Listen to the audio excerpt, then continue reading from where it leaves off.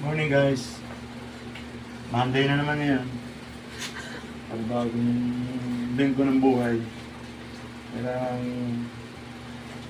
maghanap buhay tayo araw-araw para sa pamilya, para sa sarili. Siyempre, para sa Diyos. Shoutout pala sa mga followers ko at mga subscriber ko. Good morning sa inyo. Stay safe and be humble. At huwag kakalimutan tumawag lagi sa